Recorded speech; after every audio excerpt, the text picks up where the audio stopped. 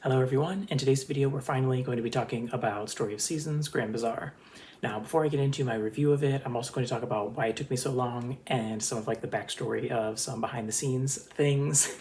And then I'll get into, the good and the bad about Story of Seasons Grand Bazaar. If you don't care about that, then definitely click ahead in the video. I'll put chapters on this one so that way you can just skip straight to the review. Okay, so why is this video taking me so long to make? Well, it mostly took me a long time because I've been really in my head about this video, and there was kind of a bad situation between me and XSEED or Marvelous. So as you guys know, like I'm kind of, I would say, like a small to mid-sized YouTuber or cozy YouTube gamer. I'm definitely not new, and I would say I do have like a little bit of a following. I know I'm not like huge. I'm not one of like the big cozy YouTube gamers. I'm definitely not in that like top tier, but I would say like I'm medium-sized. Like I have worked with some companies like Natsume, Sega Atlas, and the developers of Fields of Mystria, along with a bunch of other indie developers. Like I've worked with quite a few different publishers and developers. And so, it was always my dream to work with XSEED and or, Marvelous, because they make the Story of Seasons games. And, I've always loved the Harvest Moon and Story of Seasons games. And on my channel, I have like dozens of videos about Story of Seasons with that, have gotten tens of thousands of views. So I thought, I should be like a prime candidate for maybe working together with them. So I went to their website when they were accepting, new content creator submissions, and I applied to the American side, with XSEED, and I never got any response from them. So I was like, okay, I guess I'm not big enough, to sit with the cool kids and work with XSEED. But I was like, okay, I don't want to give up right away, so I'll also reach out to Marvelous, which is, the European side. They're the ones who publish the game in Europe. And I reached out to them and they actually did respond to me. They said, okay, just do XYZ and then, get back to us, and, that's how you get the code. And so I was like, okay, I met the requirements. So I applied on a special website.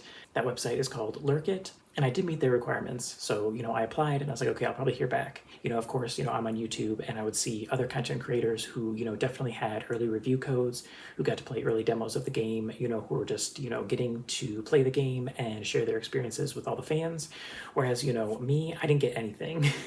Didn't get anything from XSEED, didn't get anything from Marvelous, on the European side.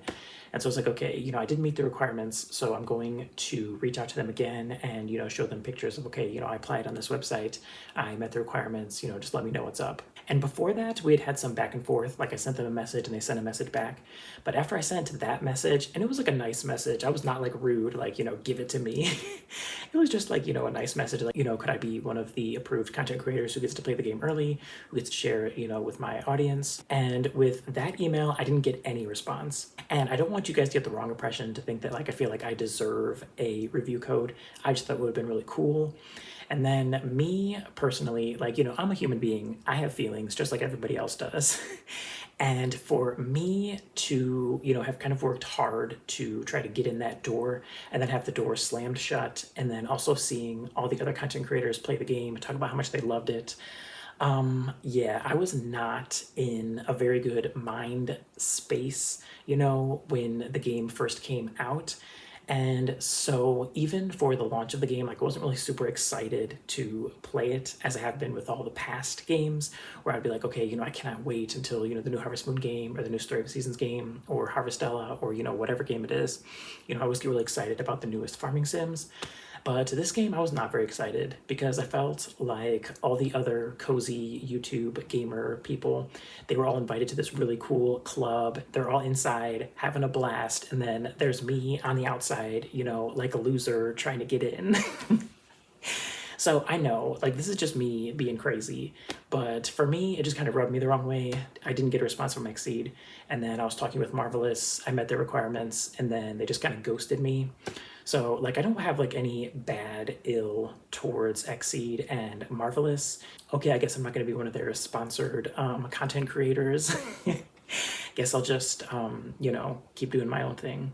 But then I was like, okay, I'm still going to make a video, once the game comes out, I'll play it and, I'll just say whatever my feelings are, whether they're good, whether they're bad. I just want to, be honest with everybody and share my feelings about the game.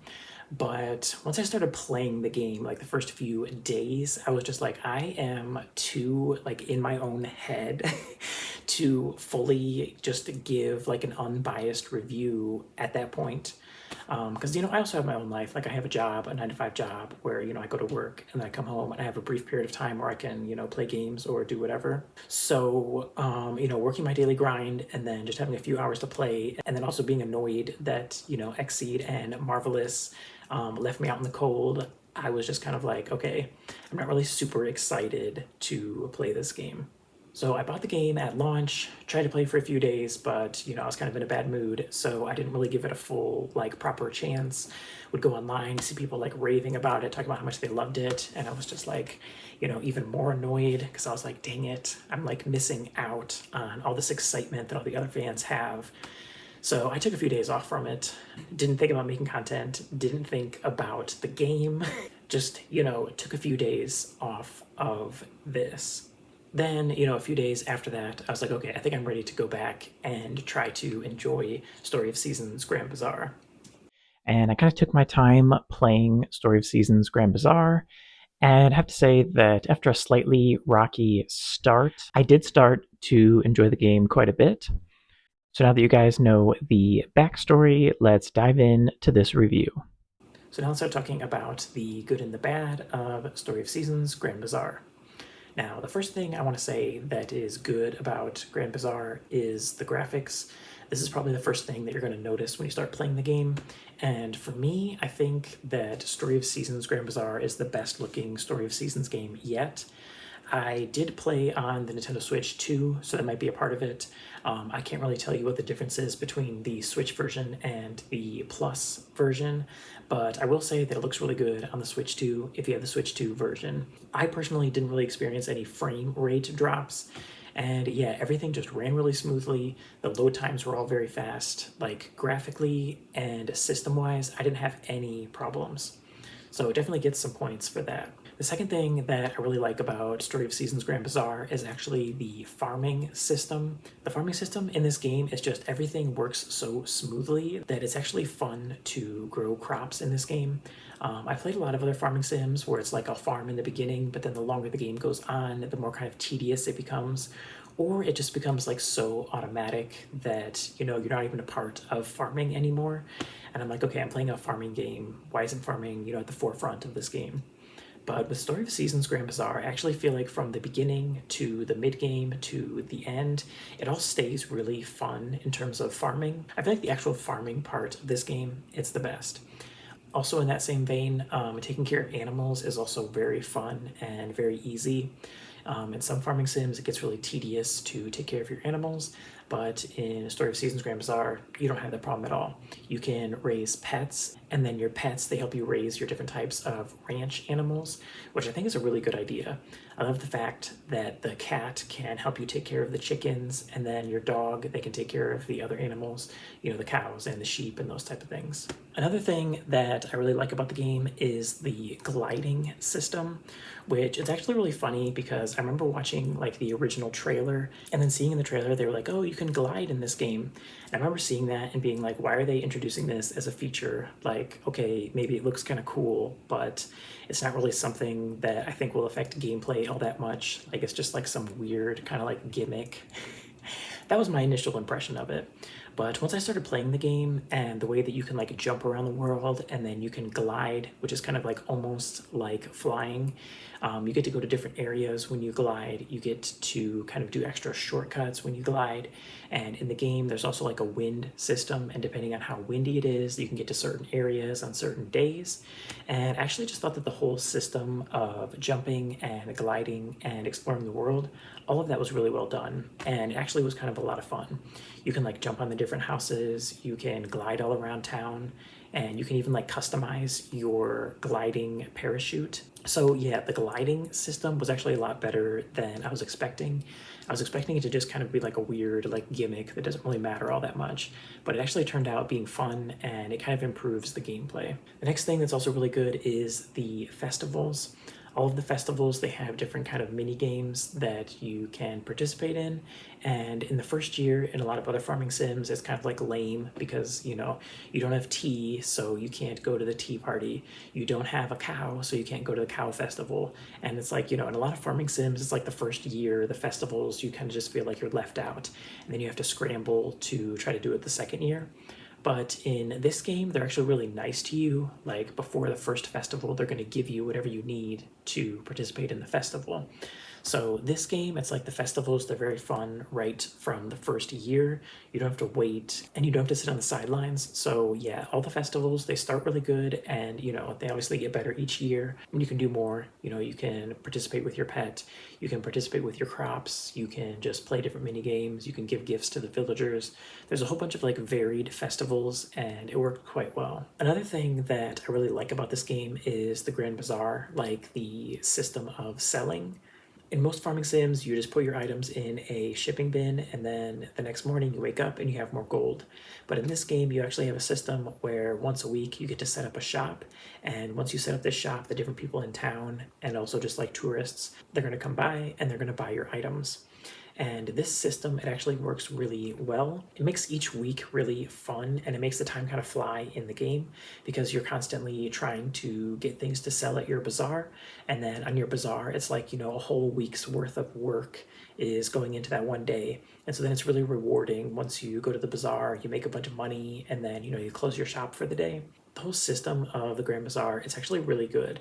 I remember before I played the game, I was kind of hesitant because I was like, that's kind of weird. You know, that's not how the other farming sims are. But it actually works really, really well. And the last thing that I'm going to put firmly in the good category is that there are so many small, like quality of life things in this game that I absolutely love. My personal favorite is probably that you can just walk around the town and push a button and then your character will just say hello to everyone in the area. So if you're one of those gamers who doesn't really like talking to the villagers because it takes too long, then this is definitely the game for you because you can just run by them, wave to them, and it counts the same as talking to them. So you don't have to go through all this dialogue if you don't want to have to go through it. And come on, in every farming sim, there's definitely those few villagers who you don't really like talking to. You're only talking to them because, you know, you have to be friends with them to get a recipe or something like that. Well, in this game, you don't have to worry about that. You can just run by them, wave at them, and then you're slowly going to build up that friendship with them. Number two, another quality of life thing that I absolutely love is that the game is going to tell you where you can trigger different events. If you look at the map, there'll be this like exclamation point, and if you go to that area, then you're going to unlock the cutscene. Also, if a new character is going to give you a quest, that's also going to be there on this map. So it's not like a lot of other games where it's kind of really hard to tell like where you're supposed to go to trigger a certain event. This game, it just tells you right on the map. And yeah, there's a whole bunch of other quality of life features that you're probably going to find as you play the game. And I just have to say that this game just really feels like a step in the right direction. It feels like they are kind of understanding the problems that people had with their past games and they've improved upon them. The last quality of life thing I do want to say is that the windmill system is like such a huge improvement over the makers in Story of Seasons, Pioneers of Olive It's ridiculous. Like it's so much better of a system. So on the whole, as you can see, like I've listed almost everything in this good category. So yeah, there's definitely a lot to love about Story of Seasons Grand Bazaar. But yeah, we still have two more categories that I want to talk about. The next category is going to be things that I feel kind of just like so-so about, like kind of meh. And then the last category is going to be things that I don't like. So first, the category of things that I think are just, you know, okay, like I'm not really in love with them and I don't really hate them either. So I only have two things that I'm putting in this category that I think are not good, not bad. And the first one, don't hate me. I know some of you guys are going to be annoyed that I'm going to say this, but for me personally, the characters in this game, they're just okay. Like none of the characters in this game am I absolutely in love with, and none of the characters actually do I either hate. I just feel really neutral towards like most of these characters. Now, character design wise, I do really like the two new characters. And of the other characters, I do like them. But for me, on the whole, I feel like most of the characters, their backstories, their dialogue, it's all just a little bit too tame for me. You know, maybe it's also just a me thing because, you know, I'm in my mid-30s, so it feels weird to be romancing some of these characters when their personalities, they all just seem kind of like younger and more immature. For me personally, I wish some of the characters had a little bit more edge to them. Like some of the conflicts are that there's two brothers, and then the one brother is worried that the older brother thinks he's too immature and he kind of babies him. And so, yeah, for me personally, I would just wish that there were kind of like deeper storylines to get into. This is something that I kind of feel about most of the Story of Seasons games as of now, and actually, honestly, Harvest Moon as well. I wish we could get at least like slightly more mature storylines, storylines that are kind of more daring. And the funny thing is that I feel like the Harvest Moon games a long time ago, they kind of used to be more willing to have like darker storylines and kind of talk about like real issues. Whereas now they kind of feel like scared, I guess, to get into these deeper issues. So yeah, for me personally, don't hate the characters, but don't love them. I would kind of just put them mostly in like the okay category. And the only other thing that I'm going to put in the just so-so category is the start. Now, as I said at the beginning of the video, if you listen to that part, I wasn't really super happy when I started this game, and the game did not suck me in very quickly. Like some other games, kind of like you start playing and you're really into it right from day one, but I don't really feel that way with this game. This game, it kind of starts slow. It like slowly introduces you to the different aspects of the game. So when you start playing the game, you're not able to do everything that you want. You kind of have to slowly wait for it to unlock. And so for me, I think that's definitely something that future Story of Seasons games can still improve upon, making the beginning of the game more exciting. You don't have to watch like really long cutscenes. You don't have to go through really long tutorials. You don't have to slowly unlock the different things. It's more fun if you have different options of how you want to play the game. I don't really like how the game just, you know, forces you to do this and then you slowly get more and more choices. For me, personally, I wish the beginning of the game was just a little bit more open. But yeah, as I said, it's not like a horrific start. It's not like super boring. But yeah, I just wish it was a little bit more exciting. But yeah, I kind of wish I knew certain things when I first started playing the game because I definitely would have done the beginning a lot differently had I known them, which brings me to the bad category. And in the bad category, I also only have two things. The first one is, as I was just saying, I think some of the features of this game, they're kind of counterintuitive. As somebody who's played a lot of farming sims, you know, I've played all the Story of Seasons games, Harvest Moon games, you know, a whole bunch of other farming sims. There were several features in this game and certain things that happened that I didn't really understand what was going on, and I definitely struggled to learn some of the mechanics in this game. I did go into this game blind, which maybe was part of it. I didn't look at any guides. I was just trying to figure everything out on my own, and there were definitely things that I was doing wrong for a long period of time. Some examples of that are the horse. Okay, when I got the horse, I was really excited, and so I, you know, jumped on the horse, went outside, went a little ways, and then jumped off the horse, and then my horse just walked away and walked back in the barn. And I was like, well, you do you then. Yeah, but I guess there's a whole system where you like train your horse, and then once you take your horse to town, it does stay there, but on your farm, you know, it has a chance to walk back. But then also there's like a weird system where you can run faster on your horse, but it also has stamina. So yeah, the horse didn't really quite work how I thought it would. There are also lots of other things that I just didn't really fully understand as I started playing the game. Some of the things are like, what should I be selling at the bazaar? What should I be doing with my different types of materials? And the last thing I want to talk about, the thing that bothers me the absolute most about this game, if there's one reason that you're not going to like this game, I feel like it's going to be this reason right here. And that reason is the inventory system. So there's lots of issues that I have with the inventory system in this game.